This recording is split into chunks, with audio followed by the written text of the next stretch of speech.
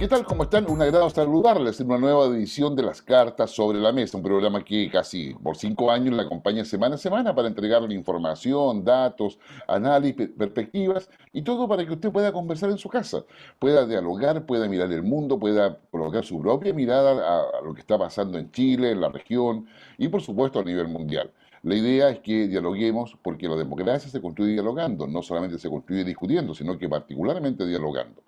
Las cartas sobre la mesa es un programa de Infogate auspiciado por smartpick.com, una plataforma de educación e inteligencia artificial que con solo 15 minutos al día le va entregando el contenido que usted necesita para ir avanzando en comprensión lectora, análisis crítico, matemáticas, especial para los jóvenes, para los niños que pueden reforzar, digamos, su enseñanza presencial hoy día, por fin, pero también puede les ayuda a desarrollar esa capacidad de reflexión tan necesaria. Smartic.com.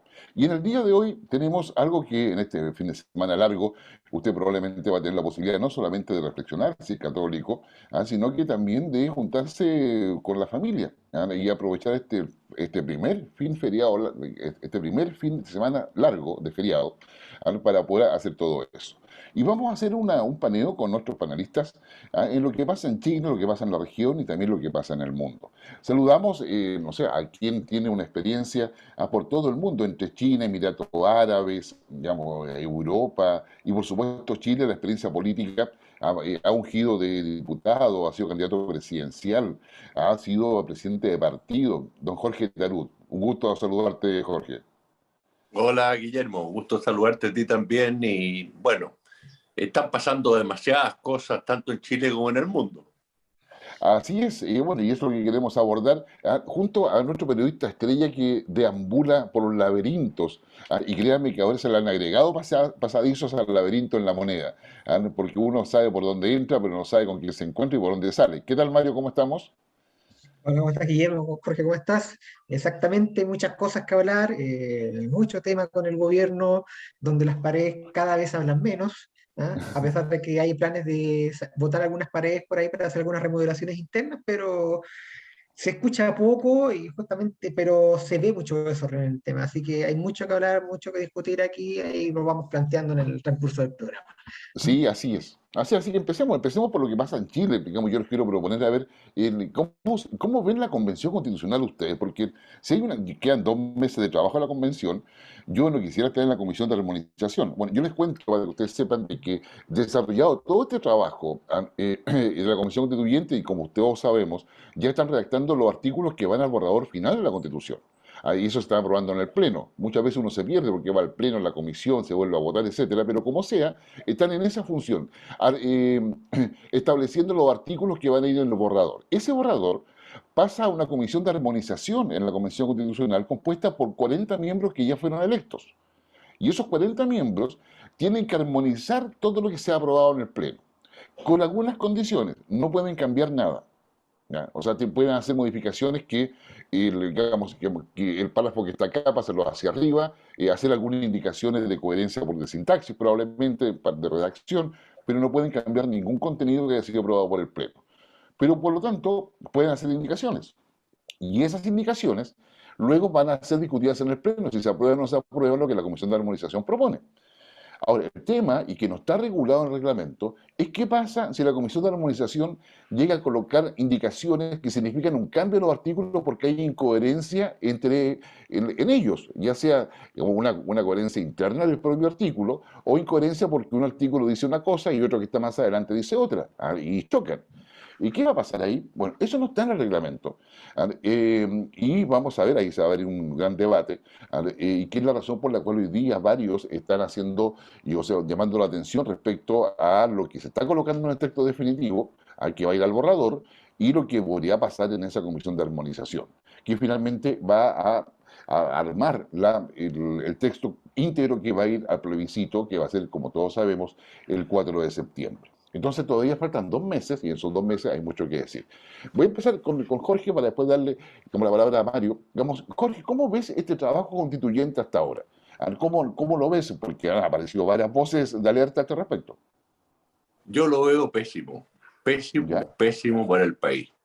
En primer lugar, siendo partidario del apruebo, yo creo que la convención puede pasar a ser uno de los fracasos más grandes en democracia, porque están, ¿no es cierto?, no escuchando, están en una verdadera burbuja interna, con además una cocina cerrada que ellos criticaban siempre, pero los acuerdos se llevan a puertas cerradas.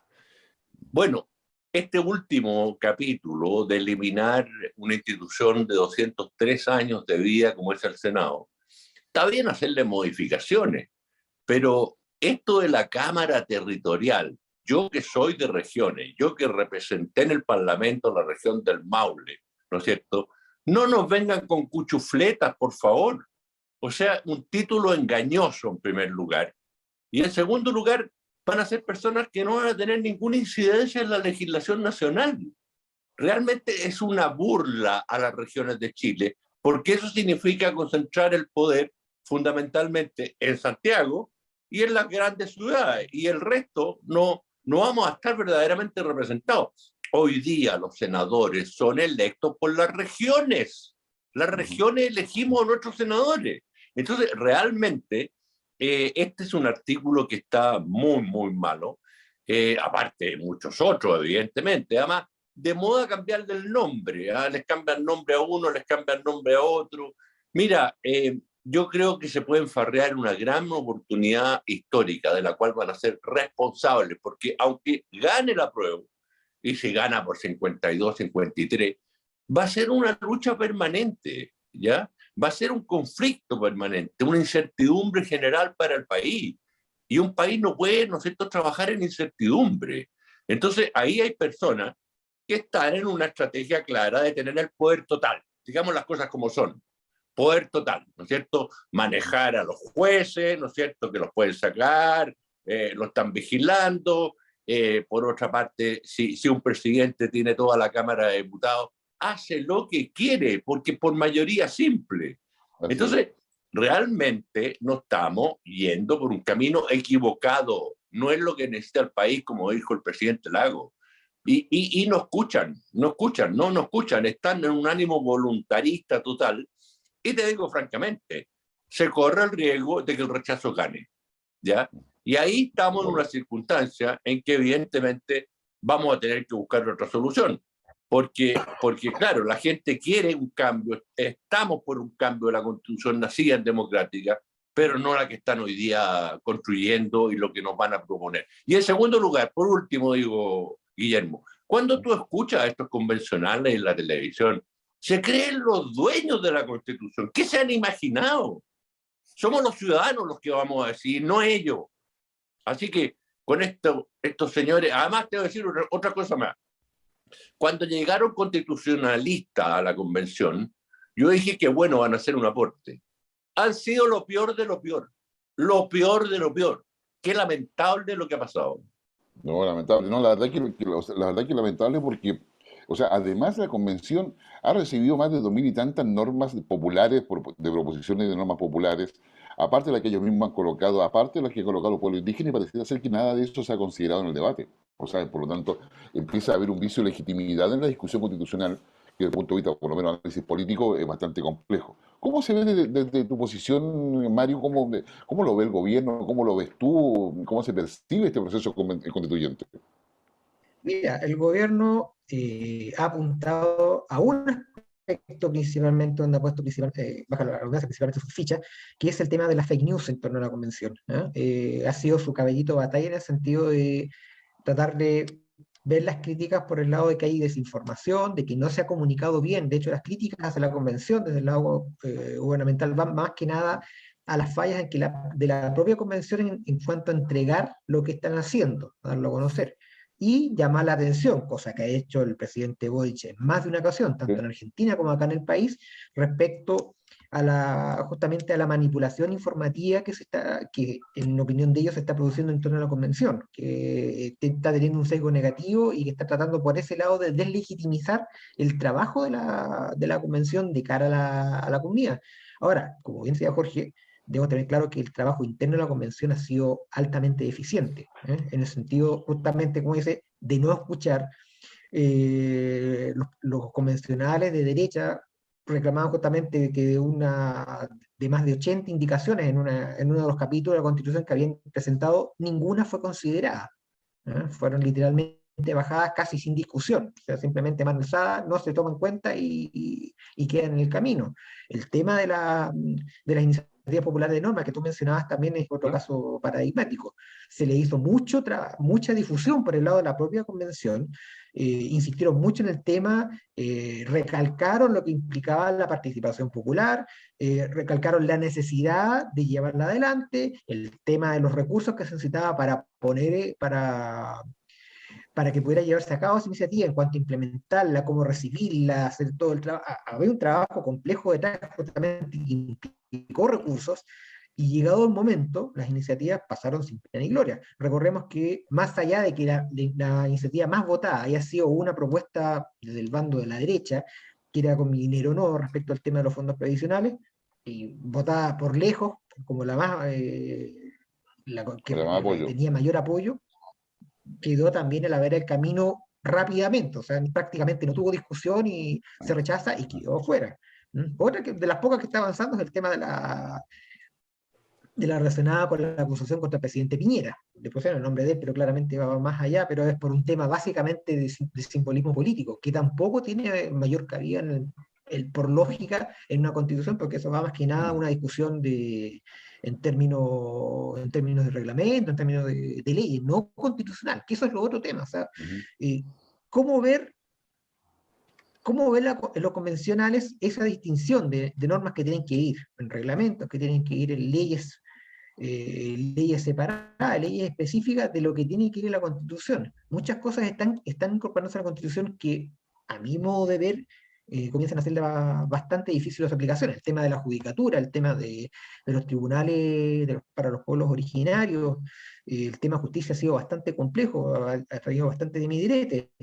Las propias declaraciones, como decían ustedes, del expresidente Lagos, hicieron un llamado de atención tremendo, y justamente esas fueron las razones por las cuales el presidente Boric salió a hablar en Argentina y también habló acá en Chile, del llamado de atención, porque ya no podía dejarse de lado justamente que una de las personas que tuvo mucha incidencia en la reforma de la Constitución anterior, que de hecho ya su firma, haya salido justamente a advertir lo que está sucediendo en este momento en la Convención.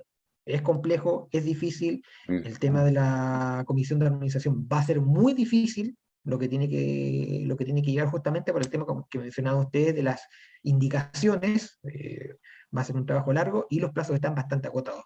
Y el otro papel que está quedando ahí del gobierno es lo que va a ser la campaña para el plebiscito de salida, en la cual el gobierno tiene muchas presiones de parte de la propia convención de que tiene un papel bastante más activo en favor de la prueba, cosa que el gobierno no puede hacer. El gobierno tiene que ser absolutamente neutral, y eso es uno de los puntos que se está discutiendo al interior de la Secretaría General de Gobierno y al interior de distintas entidades del gobierno, cómo llevar adelante esa campaña sin que se note que el propio gobierno está a favor de la prueba. Sí, pues no, y además el gobierno estando ahí, digamos que queda en una condición bastante compleja porque hay gente de Apruebo Dignidad que está en la Convención Constituyente, de Convergencia Social, de Frente Amplio, de Partido Comunista, y lo que el gobierno dice muchas veces no coincide con lo que dicen los líderes de la Apruebo Dignidad o algunos representantes de ellos, de los diferentes partidos, y menos coincide con lo que debaten en la Convención Constituyente. Entonces, digamos, desde afuera, por lo menos uno ve una sopa de fideos, digamos, distintos fideos que se dan vuelta ahí en la misma olla. Pero la verdad es que pareciera ser que la cosa es muy distinta. Para ir sacando el tema Convención Constituyente y entrar al gobierno, ¿cómo ves tú que las posibilidades futuras de esta Convención Constituyente de cara a la ciudadanía? Porque tú dices, yo voté a prueba, pero hoy día veo con estupor cómo se está trabajando en la convención. ¿Cómo se puede arreglar esto desde el punto de vista político? ¿Faltaría diálogo, negociación, Jorge? Mira, a ver, yo creo que el ministro Jackson cometió un error, porque él ligó el plebiscito de salida al gobierno del presidente Boric. Y eso es un grave error, es un gravísimo error, porque si hay un rechazo, es un rechazo al gobierno. Ahora, últimamente se ha desmarcado un poco, aunque el presidente dijo que no van a ser neutrales. En fin, yo creo que, no sé, yo creo que hoy en día es muy incierto el resultado, muy incierto. Puede ganar cualquiera de las dos, pero la que gane va a ser por un estrecho margen. Entonces, ese 80% que estuvimos por el apruebo, ya no nos vamos a sentir representados. Ese es el problema grave, ¿ya? Y hay algo que tiene que considerar también el gobierno. El presidente Boris obtuvo 25 puntos en la primera vuelta y fue superado por José Antonio Kast. Eso no hay que olvidarlo. Y quienes le dimos el triunfo a este gobierno fuimos ese 30% que fuimos a votar por Gabriel Boric, ¿ya? En segunda vuelta, y que le dimos, ¿no es cierto?, la presidencia de Chile. Y hoy día ese 30% se está viendo bastante desanimado por lo que ha estado viendo, tanto en la convención, tanto en el gobierno. Porque, mira, el gobierno, uno entiende que cuando se llega a gobernar y nunca se ha sido gobierno, pero te voy a contar una anécdota. El presidente Elwin, que fue senador por el Maule, junto con mi padre por lo demás, cuando ganó la presidencia, nos dijo a todos, miren, yo nunca he sido gobierno, por lo tanto les pido que me ayuden. O sea, lo estaba diciendo una persona de experiencia, ayúdenme porque yo no he sido gobierno. Yo lo que he visto en varios ministros y ministras, mucha arrogancia, mucha arrogancia. Lo saben todo, ¿no es cierto? Y las metidas de pata son casi todos los días, perdóneme pues. ¿Ah? Y en este caso, permítame decirte, Guillermo, la legitimidad la dan los tratados. Tú no puedes decir de que la demanda marítima de Bolivia es legítima. Eso nos puede costar caro el día de mañana. Que lo diga un diputado, un senador, no importa, porque no compromete al país. Pero que lo diga la voz oficial, que la demanda es legítima, me parece un hecho muy preocupante. Sí, no, definitivamente. Y aquí estamos entrando ya al desempeño del gobierno, Mario. O sea, como para dar un tema de cierre, lo que es la convención, justamente las encuestas, lo conversé un poquito antes de empezar el trabajo, entre todos ahí, que se empezar el programa, y las encuestas están marcando justamente esa tendencia, ¿verdad? Y el gobierno se está preocupando, porque la tendencia ya no es un pequeño accidente que de repente es las típicas encuestas de semana a semana, que una semana suben, otra semana bajan, no, ahora está consolidando una tendencia claramente a favor del rechazo, que el gobierno está mirando con preocupación, y ya no solamente una encuesta, ya son 3, 4 encuestas que están marcando la misma tendencia. Entonces, el gobierno, más allá justamente de lo que decían, de querer de declararse no neutral en el tema, porque para ellos el cambio de constitución es un tema básicamente, prácticamente de programa de gobierno. Ah, Ahora tienen que ver cómo poder participar en eso, como les decía anteriormente, sin comprometer la neutralidad obligatoria legal que tienen al respecto, ¿no? Y eso es lo complejo, como bien decían, el tema de que el ministro Jackson haya ligado en un principio el éxito del gobierno al éxito del plebiscito de salida también es preocupante, porque se estaría transformando en un plebiscito básicamente del apoyo del gobierno a nivel nacional. Y lo otro es que si llega a producirse el rechazo, ¿qué es lo que va a pasar en el proceso posterior? ¿Mm?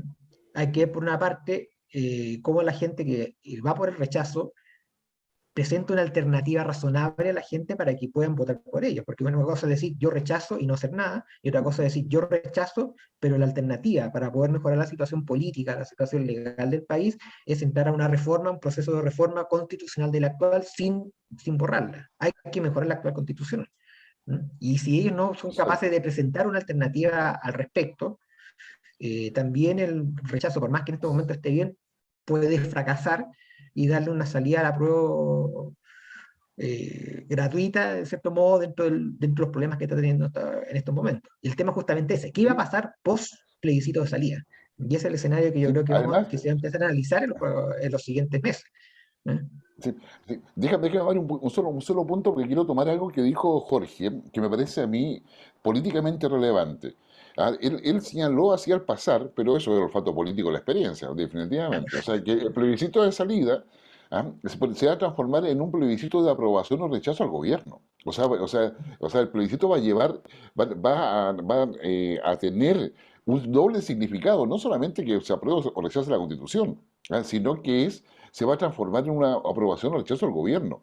Y yo creo que eso también coincide con lo que tú estás indicando y señalando y se deriva de todo eso. Te cedo la palabra nuevamente, Mario. Sí, no, básicamente eso, para dar un cierre justamente, es el escenario que yo creo que en este momento ya tendrían que los analistas del gobierno estar ya sopesando qué hacer en ese escenario posterior, porque ya, el rechazo, obviamente, si llega a ganar, hay que ver qué alternativa hay que pasar. Y si llega a ganar, obviamente, la prueba, la otra tarea titánica es ver cómo hacer todo el tema de los reglamentos, cómo hacer todo el tema de los acomodos, de los códigos civiles, de los códigos de procedimiento civil, penal, todo tipo de códigos y el cuerpo legal que existe en el país para poder llevar adelante esta constitución con todo lo que implica. ¿Ah? Exacto. Y implicaría muchas veces hacer reformas profundas, trabajos de legales de transformación y de modernización de códigos que son larguísimos, no son trabajos que uno puede hacer en medio año, en 3, 4 meses, son comisiones que tienen que sentarse, estudiar, repasar todo, evitar todas las discrepancias, evitar todas las repeticiones y actualizar todos los procedimientos. Es una cosa que va a llevar Uh, años, posiblemente hasta una década, considerando lo que fue la experiencia de la Constitución de 1980, cuya últimas reformas para poder llevar a la práctica estuvieron inclusive hasta 1989, 1990 con el cambio de gobierno. Así Entonces es. ahora, en un proceso que estamos partiendo, que sería básicamente una Constitución muy distinta a lo que fue del 80, que en el fondo también era heredada del 25, había cierto trabajo ya hecho, podemos esperar un tema muy largo y eso puede también traer consecuencias en lo que es la estabilidad del o los gobiernos sucesivos en ese tema. Oye, ¿cómo está el gobierno? Y yo empiezo ahora contigo, Mario. ¿Cómo está el gobierno? Porque está el tema del quinto retiro, está designación y quitación del Ministerio de Defensa, se designó al nuevo director de inteligencia. Todavía se están dando explicaciones por la denuncia que hizo la ministra de Interior, digamos, en la Comisión de Seguridad Ciudadana, diciendo que se había devuelto un avión con todo y que lo consideraba terrible, después pidió excusas, etcétera. Digamos, la relación legislativa, porque hasta ahora hay muchos anuncios, pero parece que poco se ha avanzado en el Congreso en tratar de poder aprobar alguna norma. Ahora se habla de que se va a adelantar la discusión previsional. De afuera pareciera ser, de primera vista, de que hay algún grado de improvisación tratando de poder asentarse en el gobierno, pero dando manotazos en la piscina, digamos, en el agua. ¿Es tan así como uno lo podría ver de fuera? A ver, el gobierno se apuró mucho en algunas de sus medidas emblemáticas y eso los asustó. O sea, partamos con lo que sucedió con la ministra del Interior, con la ministra Ujú. Siche, con el tema de la Araucanía, que partió como avión, pensando que con la sola presencia de ella, con el respaldo del presidente Boris detrás y con lo que implica el nuevo gobierno, iba a bastar para poder inmediatamente plantear una mesa de diálogo, a quitar las aguas y que todo iba a empezar a funcionar bien sobre hojuelas. Claramente falló, ¿no? Absoluta improvisación, no se dio el terreno, y eso ha lastrado especialmente al Ministerio del Interior, que ha sido lo más público en este caso. ¿Eh? No solamente con eso, el tema de la relación con Carabineros, el tema de lo que sucedió justamente con esta acusación de la ministra Siche que hizo en una comisión de la Cámara de Diputados, que justamente ayer en la noche, ayer en la tarde-noche, tuvo que nuevamente comparecer para dar explicaciones al respecto y en justificaciones que también no están del todo claras. Hay una acusación contra una funcionaria de larga data que es muy querida, muy respetada al interior de la institución y, y funcionaria que prefirió no hacer mayores declaraciones externas y prefirió que la situación se arregle en forma interna. O sea, en caso de que ella salga libre de polvo y paja, la situación de la ministra Siches va a quedar mucho peor, no solamente la ministra, sino que también en su cuerpo de asesores, porque ahí habría una manipulación de información bastante grave que no puede ser objetada. ¿Ya? Por el otro lado, lo que bien mencionabas del tema de la agenda legislativa, el gobierno claramente está pillado contra pie. El tema del quinto retiro, eh, claramente le está pasando la cuenta. Muchos de los que ahora que están en el gobierno, muchos de los parlamentarios también que están apoyando la postura del gobierno, hacía poco, o sea, noviembre, diciembre, estaban a ultranza a favor de un cuarto retiro. ¿Eh? criticando al gobierno de Piñera porque no lo concedía, criticando en ese momento oficialismo, de que no cedía en cuanto al tema de aprobar la iniciativa, y ahora aparecen como adalides de rechazar el quinto retiro. Entonces, ver a la diputada Cariola, increvada por la diputada Giles de la comisión, ver a ministro Jackson en este momento también, que en su momento también se la jugó por el cuarto retiro, por todos los retiros anteriores, ver a otras personalidades del ahora oficialismo que se dan vuelta la chaqueta en este sentido y tratar de mantener una medida que del gobierno de Boric es bastante sintomático, y eso a nivel público, a nivel de la gente, no se ve bien. De hecho, ya lo sufrió el presidente Boric en una actividad que tuvo en terreno, donde fue increpado por una persona y él respondió de mala manera. Y eso habla también de el nerviosismo y de la falta de control que está teniendo el presidente y su entorno respecto a este tema. O sea, se le está escapando de las manos y aparece, ahí vamos a continuar la discusión, justamente este proyecto alternativo tejido, que se sabe que se está conversando de un tiempo a esta parte, pero las perspectivas de que el quinto retiro avanzaba, que eran bastante ciertas, los llevó a apurar el tema y presentarlo de golpe y porrazo, al punto que la propia subsecretaria de Economía, en una entrevista radial, se declaró desconocedora del proyecto, de los detalles del proyecto, y que no sabía que ese mismo día se iba a presentar, lo cual es gravísimo. Ya. Oye, a todo esto, digamos, quiero contarles, o sea, porque la vecina en la cual tú hacías, que justamente donde Boric se molesta, ¿qué fue lo que le dijo a Amarillo, no? O sea, dentro de lo que se puede decir en cámara, sí. Bueno, lo que O pasa es sea, que hay quiero otras cosas comentarles que... previas que le dijo, Ya, que obviamente llevaron al presidente a que perdiera el control, claramente, y Amarillo, que es lo que ya. que es lo que finalmente Digamos, lo que termina desatando lo último es lo que claro, le dijo. claro, el tema está en que decirle amarillo, dentro del vocabulario juvenil, significa decir de tóxico. Digamos, ese es el significado en la jerga juvenil de amarillo. Así que les comento para que ustedes sepan, digamos, para que usen el lenguaje apropiado dado su edad, que si, digamos, si le dicen amarillo a alguien es porque es tóxico. Y por eso se molesta el presidente. Digamos, No, porque no, y políticamente también Amarillo, obviamente, es jerga de redes sociales, es el tema de la políticamente a la gente como a media tinta. O sea, usted se dice izquierda, pero no es tan de izquierda. Está claro, tirando como para el medio. O sea, ¿ah? También las medias tintas que en ahí los está, grupos de izquierda y más ultra de izquierda tienden a decirle a los que no son de su línea. ¿Mm? exactamente. Ya. Bueno, Jorge, la sapiencia y la sabiduría, ¿cómo se ve el gobierno? Bueno, mira, a ver, en primer lugar, con respecto a lo que recién comentaban, yo siempre he respetado la figura presidencial y a mí me parece que se puede, ¿no es cierto?, decirle, hablarle al presidente, pero en términos respetuosos. A mí me parece que la señora no fue respetuosa con el presidente de la República, así como también me parece que la respuesta del presidente fue muy mala. Es decir, sale de acá.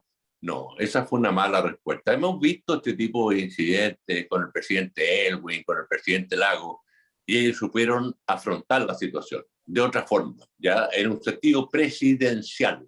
Y eso no se tiene que perder. Ahora bien, mira, yo soy muy franco, yo estoy muy preocupado por el devenir del país, tanto por lo que pasa en la convención, tanto por un gobierno, ¿no es cierto?, que no logra no solo instalarse, sino que tener una agenda clara. Entonces, todo este cóctel es preocupante para el país. Y en ese sentido, yo creo que el presidente, que es un hombre inteligente, es un hombre capaz políticamente. Yo estuve 4 años con él en la Cámara. Es un hombre de carácter, además. Gabriel Boric es un hombre que tiene carácter. eh, Va a tener que dar un giro de timón, porque de continuar así, con metidas de pata diarias de varias autoridades de su gobierno, en que confunden a la opinión pública, en que nadie sabe para dónde vamos, esto no puede ser. En consecuencia, va a tener que llegar un momento en que el presidente va a tener que poner los puntos sobre la I, ¿ya? Y gobernar, ¿no es cierto?, con quienes tengan la capacidad de ser gobierno. Yo te voy a decir una cosa, o sea, ¿se puede gobernar con los amigos? Claro que se puede, pero si tienen dedos para el piano. Y si no tienen dedos para el piano, son los propios amigos los que tienen que decirle al presidente, mira, ¿sabes? Yo me voy porque te estoy haciendo daño. Eso es lo que corresponde a la lealtad de los amigos de los presidentes. Sí, no, definitivamente. El tema, yo creo que un poco para cerrar esto y pasar a otro tema, yo creo que el presidente Boric no logra definir su propia línea de conducción que quiere tener y cómo la desea desarrollar y proyectar. Creo que se echa de menos una hoja de ruta más sólida y no solamente presentar proyectos conforme las circunstancias que esté viviendo el país, es decir, hay una capacidad mayor de reacción del gobierno que de proacción en términos de poder ordenar la agenda, la negociación, porque bueno, Jorge sabe también como yo, y creo que Mario lo ha visto en más de alguna oportunidad, si el gobierno no ordena digamos, las prioridades de negociación, todo termina confundiéndose, es decir, estás discutiendo un tema sobre un sello postal digamos, y entra la discusión el tema de las pensiones, porque no hay orden en la negociación. Entonces el chantaje político en el Congreso es bastante complejo. Así que yo creo que el gobierno tiene tiempo todavía para poder readecuarse y poder tomar el control, Jorge. Mira, yo pienso que sí. Ahora, es evidente que hoy día en el Parlamento tienen muchas otras fuerzas políticas más que antes. Entonces, son varios grupos pequeños que tienen 5 diputados, 6 diputados. O sea, es complejo, digamos, negociar con el Parlamento. Pero para eso se requiere mucha experiencia, Guillermo. Mira, es la ley de la vida, la ley de la vida, la experiencia y la madurez llega con los años. Eso es así, no se puede comprar en un supermercado. ¿Eh? Entonces, aquí yo le diría al gobierno, calma y tiza, ¿ya? Y pensar mejor las cosas antes de lanzarlas. Esto que conversaban recién, ¿no es cierto?, del nuevo retiro planteado por el gobierno. Es una improvisación total, porque llevarla a la práctica va a ser tan complejo. O sea, tú vas a tener que demostrar que no pagaste el último dividendo, vas a tener que demostrar esto y lo otro. Mira, es tan enredado lo que han hecho. Entonces, se metieron en un lío de nuevo. Y además con los parlamentarios que le han dicho, oiga, pero no está incluido las personas, ¿no es cierto?, que no pudieron pagar el arriendo. ¿Y cómo comprueba si pagaron, si no pagaron? O sea, es un lío tremendo, ¿ya? Y además la gente se dice, ¿y por qué el gobierno tiene que decirme cómo tengo que gastar mi plata? Sí, pues. Sí, Entonces, exactamente. se puede, ¿ya? Pero va a ser muy complejo. Además, los primeros 30 días, Guillermo, de un gobierno te van marcando lo que va por delante, ¿ya? Por eso te digo, va a llegar un momento en que el presidente, que te reitero, tiene carácter y tiene fuerza política, va a tener que hacer un quiebre con los que tiene que hacer un quiebre. Sí, sí. Mario, ¿cómo se ve? ¿El segundo piso ha tenido alguna aparición dentro de todo esto? Porque normalmente el segundo piso ordenaba muchas veces esta agenda. ¿Cómo lo ves tú en esos laberintos? Algo lo conversamos la semana pasada. Ahí la omnipresencia corre por la vía de Lucía Damer, ¿Mm? que es a la cual el presidente escucha bastante. Pero me da la impresión justamente que la propia asesora no tiene clara el orden. Entonces el presidente, al escucharla tanto, también él mismo se desordena. Y el problema es que al tener un jefe de segundo piso tan escuchado y no tener un ministro del Interior, jefe de gabinete, que le haga el contrapeso, crea problemas. Lo podemos ver mucho en el caso de lo que fue el segundo gobierno de Piñera, donde tenía un segundo piso muy potente en su primera etapa, pero también tenía un ministro del Interior antes del estallido social, como Chadwick, que era potente, había contrapeso. Claramente, después que cayó Chadwick con todo el tema del estallido social, la cosa se descompensó y tuvimos un segundo piso demasiado potente que llevó los derroteros que ya todos conocemos del gobierno, y la cosa se fue así. En el caso actual también nuevamente tenemos un segundo piso con fuerza, con presencia alrededor del presidente, pero un Ministerio del Interior que no le hace el contrapeso, que no ordena.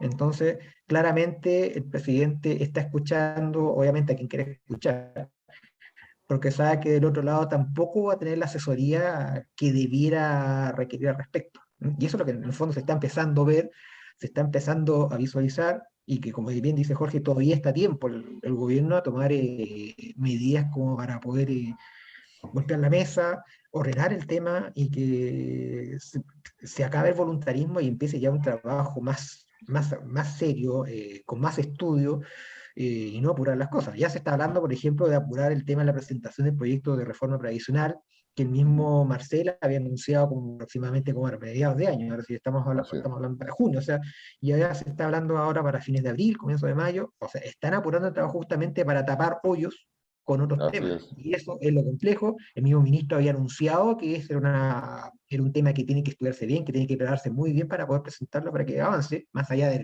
de cuáles son los propósitos que tiene el gobierno al respecto. Pero nuevamente parece que la cosa la están apurando en demasía y yo creo que el ministro Marcel lo están exponiendo en demasía para tratar de tapar los hoyos en otras vías. Y eso es peligroso porque si cae Marcel, claramente la legitimidad del gobierno puede verse bastante comprometida en relación a las fuerzas económicas que estaban tranquilas con el ministro de Hacienda. Pero eso ya es obviamente especulación de lo que puede suceder si es que el gobierno no toma la rienda y pone orden en el tema.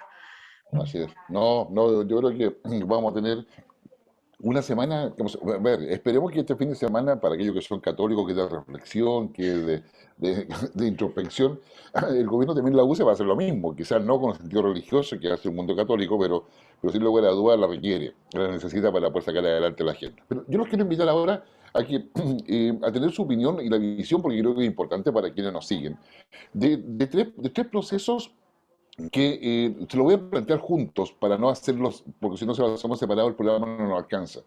Está la situación de Perú.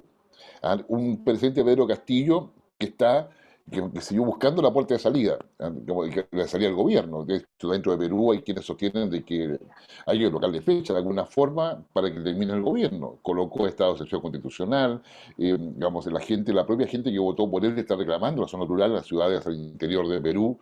Está en una situación de crisis institucional que Perú ya viene hace varios años. Luego tenemos la elección que se va a hacer en Colombia, donde Gustavo Crespo, Petro, perdón, Gustavo Petro, Gustavo Petro aparece socialista, digamos de izquierda progresista, que el propio Boric le ha dado algún guiño en términos de que le gusta. Digamos, se enfrenta a Fico Gutiérrez, y aparecen los dos con las mejores posiciones de poder llegar a la presidencia.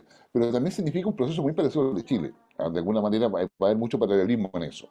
Y después está digamos que, y con eso quiero entrar después, por la última parte del programa, a ver lo de Ucrania, la elección en Francia.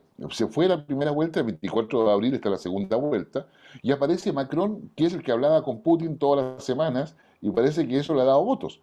Y está Marine Le Pen, que es su última incursión como candidata presidencial, según ella misma ha manifestado, pero que está apenas 3 puntos abajo de Macron. ¿Ya? Y digamos, y que si yo tomo lo que decía Jorge, ¿ya? Acá Kass logra una mayor votación que Boric en la primera vuelta y ganó Boric en la segunda. ¿Ya? Allá Macron tiene 3 puntos sobre Le Pen y Le Pen podría ganar. ¿Ya? Digamos, entre medio que hubo 12 candidatos presidenciales en Francia. ¿Ya? La fragmentación política en Francia no es menor. Y aun cuando gane Macron, Macron no tiene control del Congreso. El Congreso, de hecho, se elige en Francia en mayo-junio, si la memoria no me falla. Entonces, quisiera colocarles en esa perspectiva. Contigo, Mario, empiezo. A Mira, nivel regional. Ah, perdón, Jorge, perdón. Jorge, no. Parte Jorge, no. Está bien. No, bueno, mira, empecemos por la France. Por Eh, la frase que te encanta. la France, toujours la France.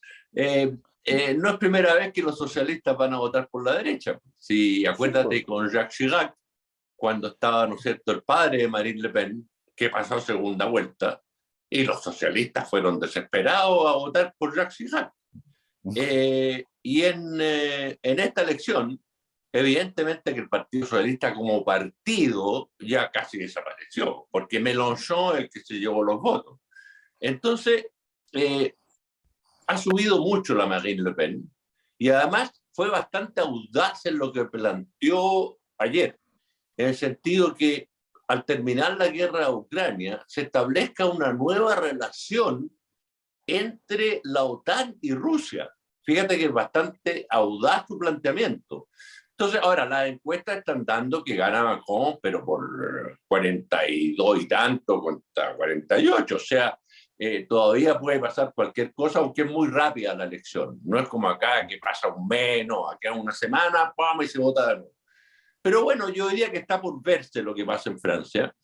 Y con respecto a Perú, es un drama, verdaderamente un drama la inestabilidad de nuestro vecino. 5 presidentes cuestionados por corrupción, uno suicidado, 2 presos, otro arrancado en Estados Unidos, y Castillo, que yo creo que ya está jugando sus últimos días, porque ya está en el suelo, según la encuesta, 19 puntos.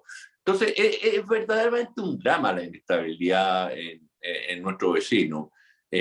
A mí nunca me ha gustado involucrarme en la política interna de ellos, pero ciertamente que eso no le favorece a nadie, ¿ah? No le favorece a nadie y es un riesgo.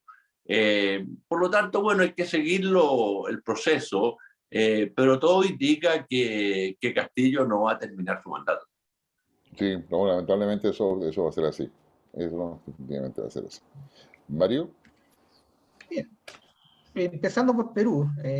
Perú ha tenido una extraña lógica, por lo menos durante este siglo, de que no importa quién esté presidente, cuánto dure el presidente, todo lo cuestionado que esté el presidente, el país de una u otra forma funciona. Es un proceso bastante extraño, pero claramente eso siempre va a terminar derramándose cualquier momento va a haber una gota precisa que va a hacer explotar todo el sistema. El Congreso es un Congreso muy desordenado, el que existe en Perú por décadas. ¿No? Y el presidente que en este momento está en el poder refleja lo que fue la primera vuelta. O sea, Castillo solamente obtuvo el 18% en la primera vuelta. así es. Una fragmentación tremenda, entonces claramente no era la persona escogida. Si al final llegó la segunda vuelta, fue porque la candidata que tenía al frente, la Keiko Fujimori, era una persona realmente para la mayoría peruana impresentable. ¿Mm? Lo que implica Así es. corrupción, lo que implica ser hija de Fujimori. Entonces hubo reacción por ese lado, no porque el público peruano votara básicamente por un candidato de izquierda, votara por la figura de Castillo, que a ellos no les importaba, era votar contra Keiko. Y ese escenario finalmente se está viendo reflejado ahora, un desorden, una persona que, más allá de lo que uno pueda pensar del tema democracia, era una persona que no estaba preparada para el cargo. ¿No? Y eso lo dejó patente incluso en campaña, antes de llegar y durante la presidencia. Ahora como que ha tratado de ordenarse un poco, ha tratado de tomar algún tipo de asesoría, pero claramente el cargo le ha quedado grande. O sea, ha sido bastante triste ver en el caso de Perú lo que está sucediendo.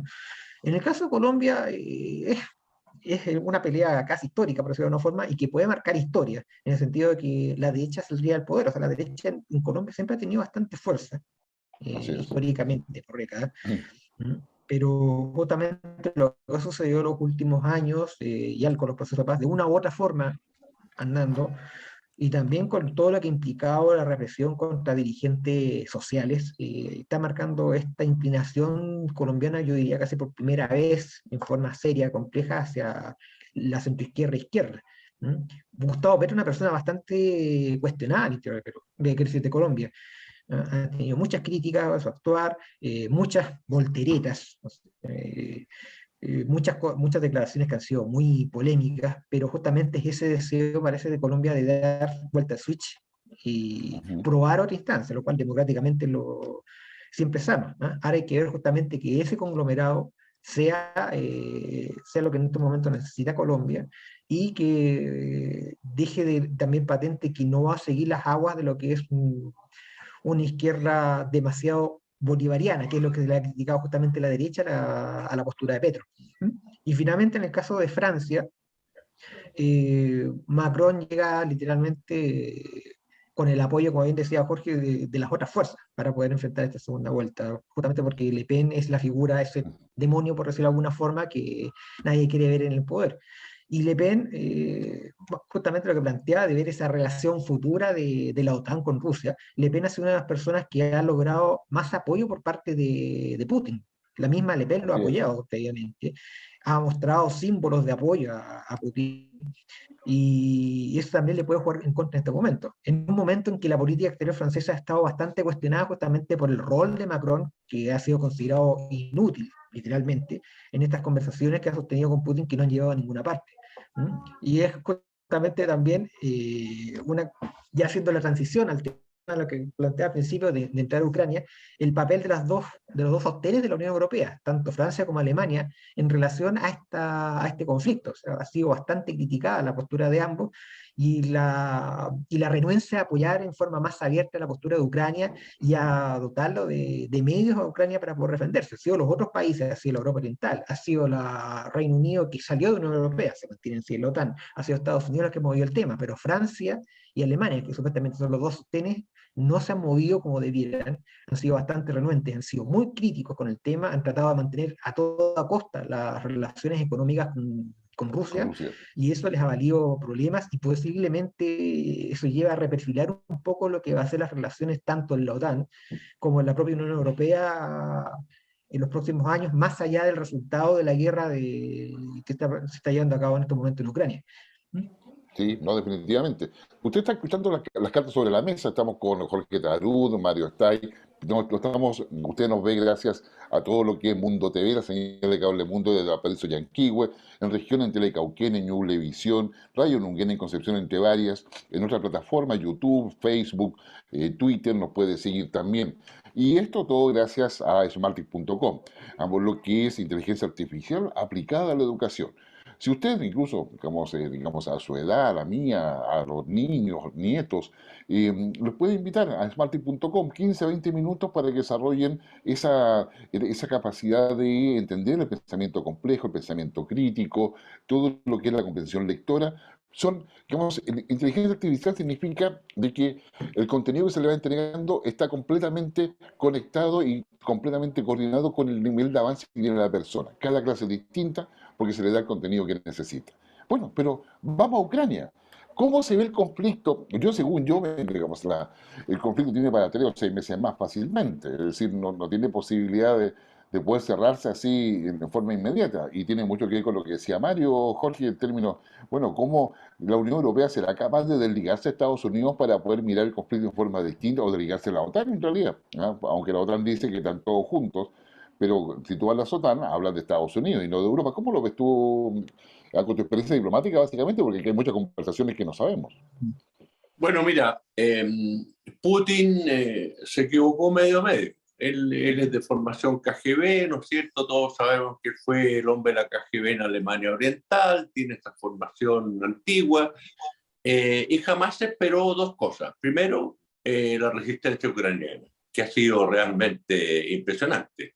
Y en segundo lugar, la unidad de la Unión Europea. Yo te diría que ahí Joe Biden hizo un trabajo excepcional, excepcional, porque mira, es parecido al trabajo que hizo George Bush padre con la Primera Guerra del Golfo, en que supo usar la diplomacia, formó una coalición de 23 naciones para liberar Kuwait, ¿no es cierto? Incluyó a 4 países árabes en la coalición, o sea, musulmanes contra musulmanes, o sea, hizo un trabajo muy bueno.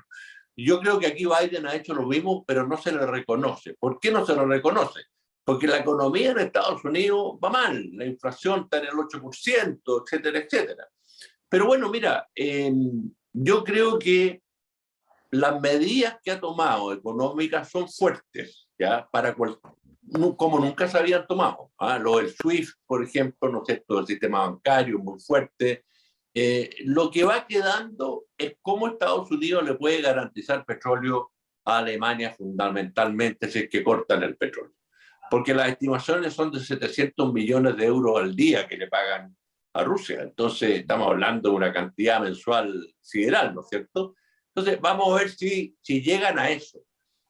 Ahora, como Putin tiene el control total de la prensa interna, total, ya censura total, ha manejado bien la situación internamente, ya para que el pueblo ruso, digamos, no se le dé vuelta en contra.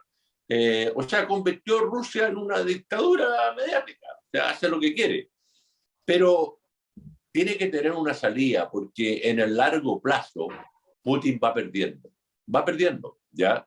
El aislamiento que se produjo de Rusia es algo que no habíamos visto nunca, aislamiento pero total de la comunidad internacional.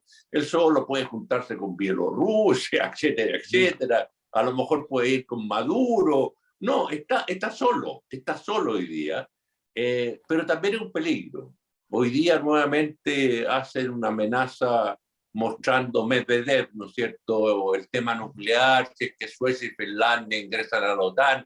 Son amenazas graves, graves. Amenazar Sí. por lo nuclear es gravísimo, ¿no es cierto? Entonces, claro, yo creo que Suecia y Finlandia van a tener que ingresar a la OTAN, van a tener que hacerlo, ¿ya? Porque de lo contrario, ¿no es cierto?, las amenazas vienen hace tiempo de parte del Putin mismo, en contra de Suecia, ¿no es cierto?, en contra de Finlandia, amenazándolo. No se puede aguantar algo así en la comunidad internacional, no se puede, ¿ya? Entonces, bueno, ¿quién le pone el cascabel al gato? Es complejo. Un Muy Putin complejo. acorralado, ¿no es cierto?, que tiene potencia nuclear, que está diciendo que está dispuesto a usarla. O sea, es un momento muy, muy complejo, ¿eh? Y que yo espero que, como sucede siempre en estos casos, Guillermo, tú lo sabes, entre bambalinas se conversa, ¿ya? Sí, E bueno. incluso cuando están en guerra también conversan. Yo espero que estén conversando, espero que estén conversando para buscar una salida, pero mientras tanto, yo comparto lo que ha dicho el presidente Biden, es decir, Putin está cometiendo un genocidio, realmente un genocidio. Cuando vemos cómo bombardea población civil, maternidades, hospitales, colegios, son crímenes de guerra. Tú sabes, ¿no es cierto?, los convenios de Sí, sí. Ginebra sobre el derecho humanitario. Los ha violado todo. Y me extraña también que el gobierno todavía no convoca al embajador ruso para protestar por los derechos humanos. No entiendo por qué Cancillería no ha convocado al embajador ruso. Bueno, esa es buena pregunta. Mario, ¿se conversa el tema de Ucrania en el gobierno que tú sepas? Digamos, ¿es un tema de preocupación en la Simplemente agenda? lo único que ha habido son los gestos que ha hecho el presidente Boric en entrevistas que dio en Argentina durante su visita, diciendo justamente que Putin era una persona que violaba derechos humanos, lo dijo, condenaba la invasión de Ucrania, pero tampoco había muchos gestos mayores al respecto, o sea, se quedó en eso, estableció por lo menos el tema de condena, y el gobierno de Chile ha votado a Naciones Unidas todos los recursos que se han ido presentando de condena contra Rusia. En ese sentido, hay que reconocerlo, se ha alineado, no ha seguido la línea, por ejemplo, Argentina y Brasil, que votan, pero Abstenido. cuestionan, conversan. No, o sea, Chile en ese sentido llega a votar, vota en contra en condena contra Rusia. En ese sentido estamos claros. Pero sí, como bien dice Jorge, como bien mencionas tú, faltan algunos hechos más claros, más específicos. O sea, el gesto mayor que había en estos momentos fue que bajaron a Rusia de FIDAE, que Exacto. recientemente terminó. Pero falta ese detalle, esa reunión con el embajador ruso, a menos que no la hayan querido a conocer. Eh, Difícil. Habría que ver las razones por las cuales no se habría hecho. ¿ah?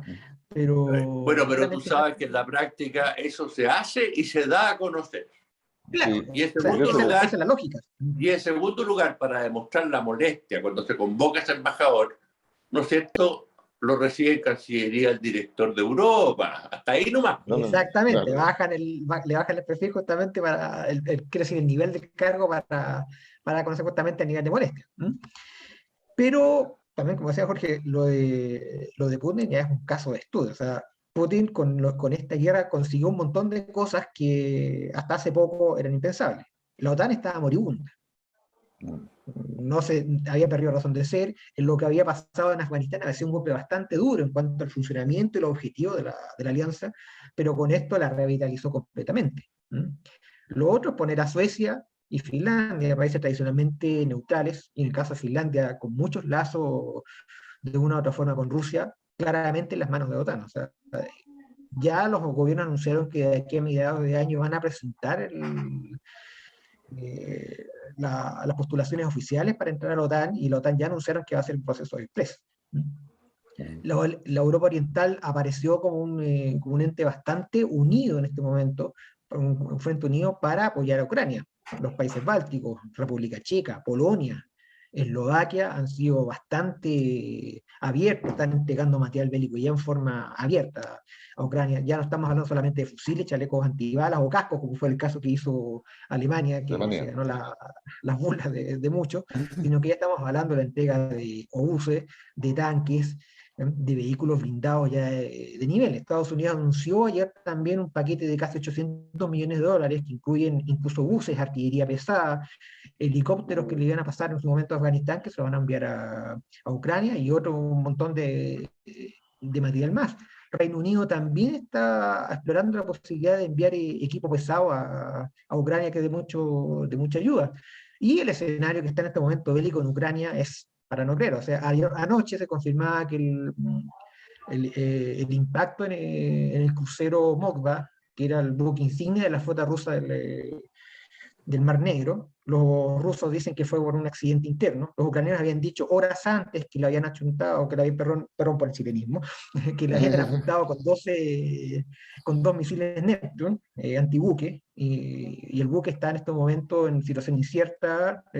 No se sabe si ya se hundió o efectivamente lo están remolcando rumbo a Sebastopol. Los rusos reconocieron el daño, que fue grave, que tuvieron que evacuar a toda la tripulación, y para todo efecto el buque quedó fuera de combate para todo el resto de la guerra. Y se habla de que ya empezaron las purgas del alto mando en Moscú. El ministro de Defensa, Shoigu, habría sufrido un ataque cardíaco, y a lo menos 20 generales habían sido destituidos y encarcelados. El comandante en jefe de la flota del Mar Negro también habría sido destituido y también estaría encarcelado justamente por todo lo que sucedió en el último tiempo. ¿No? Los rusos tuvieron que evacuar, tuvieron que reconocer la derrota en la batalla de Kiev. En Kharkov ya quedaron detenidos, y en este momento están apostando al todo y nada por una supuesta batalla en el Donbass, que no se sabe cuál va a ser el resultado, que está absolutamente abierto, que van a tirar todos los recursos para allá, pero Ucrania también está trasladando fuerzas pesadas hacia ese lado. El otro es el frente de Gerson en el sur, que es un ida y vuelta, y que en estos momentos los ucranianos nuevamente están anotando varios éxitos locales. Y la batalla de Mariupol, que ya llega a ser, es la batalla épica de este conflicto, que a pesar de que están combatiendo desde el primer día y está prácticamente pegado a la frontera, siguen resistiendo, en las últimas, pero siguen resistiendo.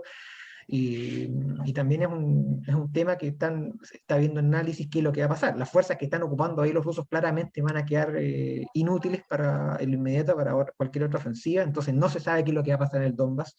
Los rusos, si fracasan ahí, va a ser claramente un golpe duro para el gobierno, y no sé si eso sea algo más allá, justamente como dice Jorge, del control económico, es decir, comunicacional que tiene en el interior del país, sea capaz de ocultar un fracaso de ese nivel. Más allá, por ejemplo, lo que sucedió con Kiev, que ha tratado de darle la vuelta, pero también se está empezando a filtrar en forma interna. Ha habido protestas, detenciones, cartas de académicos, protestas de gente en las calles que ya tampoco están creyendo todo el relato oficial. No, yo creo que digamos, nos quedan breves minutos, pero la guerra de Ucrania finalmente está teniendo un impacto económico a nivel global, que esto lo vemos acá en Chile. Digamos, en 30 segundos cada uno, ¿cómo ven la situación de China? ¿Y cuál podría ser la posición de Chile? O sea, digamos, digamos, porque China aparece ahí como el que no está participando, pero está siempre presente, digamos. O sea, decir, de alguna forma, digamos, es un actor importante. Jorge, digamos, 30 segundos y lamento decirte con tan poco porque yo sé que es un tema para conversar mucho más largo. Mira, China es muy pragmático. Ellos son pragmáticos totales. Entonces, evidentemente que, a ver, ellos se han abstenido en el Consejo de Seguridad. Esa es una señal muy importante, ¿ya? Entonces, ellos, a ver, las relaciones entre los rusos y los chinos nunca han sido buenas. Al contrario, fueron muy antagónicas, permanentemente. Entonces, ellos quieren mantener la buena relación, pero cuidando a Occidente, ¿ya? Y eso es lo que están haciendo. China está jugando su rol para sus intereses, ¿ya? De acuerdo. Y por lo tanto no le van a proporcionar armas a Rusia por ningún motivo. A lo máximo se necesitan, no sé, cosas de alimenticias, pero no van a ir más allá. Otro detalle también es que China quedó refrenado en todas sus amenazas con Taiwán, al ver la reacción de Occidente. En ese sentido, los reclamos chinos sobre tratar de reincorporar la isla Formosa y tratar de acabar con el régimen de Taiwán claramente sufrieron un varapalo grande. La OTAN resurgió de las cenizas. Estados Unidos vio y ha podido ver que Estados Unidos ya ve que la potencia rusa no era tanto como se pensaba. por lo cual va a poder desplegar muchos de sus medios que tenía comprometido Europa hacia el Asia-Pacífico. Y en caso de que los rusos obviamente escalen a nivel nuclear, ahí aparecerá Estados Unidos. Pero en estos momentos, solamente con fuerzas convencionales, se da cuenta que le basta con medios convencionales y va a poder poner su esfuerzo en los Asia-Pacífico, lo cual obviamente para China es preocupante y tuvo que bajar un cambio, bajar el tema. Y en términos económicos, recuerdo solamente un último detalle, de que los rusos manifestaron su preocupación de que no están recibiendo litio desde Chile y Argentina. Es una cosa que para su industria armamentística en estos momentos que están con el agua al cuello es urgente y no tienen cómo resolverla en el inmediato plazo. Una de las cosas, unas medidas que Chile está también obviamente imponiendo y que a veces no sale mucho, pero